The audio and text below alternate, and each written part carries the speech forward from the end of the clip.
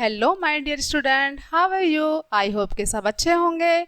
तो बच्चों स्टार्ट करते हैं हमारा क्लास थर्ड सामान्य ज्ञान का चैप्टर नंबर 7 हमारे चैप्टर का नाम है बच्चों संचार के साधन।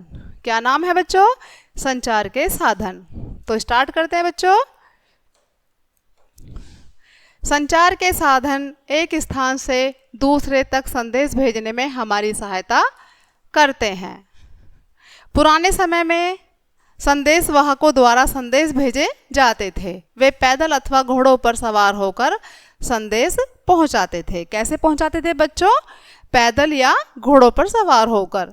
कबूतरों का भी प्रयोग इस कार्य के लिए किया जाता है। किसका प्रयोग किया जाता है बच्चों? कबूतरों का। प्रौद्योगिकी के विकास के साथ साथ संचार के नए नए साधनों का भी विकास हुआ है। ठीक है,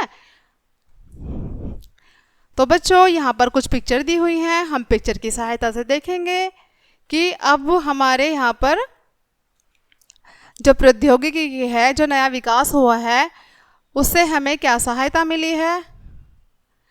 ठीक है बच्चों, तो फर्स्ट नंबर पे है, पिक्चर की सहायता से हम जानेंगे कि क्या सुविधा मिली है हमको। तो फर्स्ट नंबर पे है, इस साधन द्वारा हम दूसरे व्यक्ति से सीधे बात कर सकते हैं।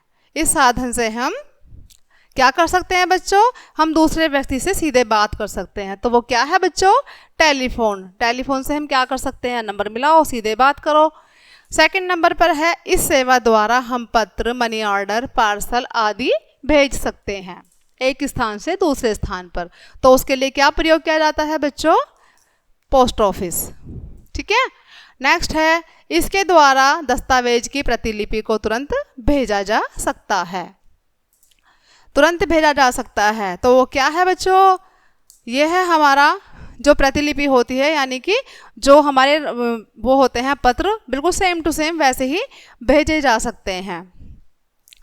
तो क्या है बच्चों? वो है हमारा फैक्स। फैक्स द्वारा हम क्या कर सकते हैं? दस्तावेज की प्रतिलिपि को तुरंत भेज सकते हैं। यह सेवा कई कंपनियों को पत्र, पार्सल आदि भेजने की सुविधा उपलब्ध कराती है। तो क्या होता है बच्चों? जो कंपनियां होती हैं वो पत्र, पार्सल आदि को भेजने की सुविधा उपलब्ध कराती हैं। क्या बोलते हैं बच्चों उनको? उनको बोलते हैं हम कोरियर। कोरियर के द्वारा हम क्या करते हैं, जो हमारे लेटर होते हैं, कुछ भी सामान होता है, उसको हम एक स्थान से दूसरे स्थान पर भेज सकते हैं। नंबर 5 पर है बच्चों, इसमें इंटरनेट कनेक्शन की आवश्यकता पड़ती है। इसमें इंटरनेट की आवश्यकता पड़ती है। तो वो क्या है बच्चों? वो है हमारा ईमेल। जो ईमेल होता है बच्चों, उसमें हमारे इंटरनेट कनेक्शन की आवश्यकता पड़ती है। नंबर 6 पर है, यह ध्वनि के रूप में समाचार तथा अन्य सूचना प्रसारित करता है। मतलब इसके द्वारा आवाज़ होती है और ये ध्वनि के रूप में समाचार देता है और सूचना को प्रसारित करता है। तो वो है बच्चों हमारा रेडियो। ठीक है, नेक्स्ट है, यह मुद्रित रूप में संसार भर के समाचार उपलब्ध कराता है। मुद्रित रूप में यानी कि लिखित रूप में क्या कराता है? संसार भर में समाचार उपलब्ध कराता है।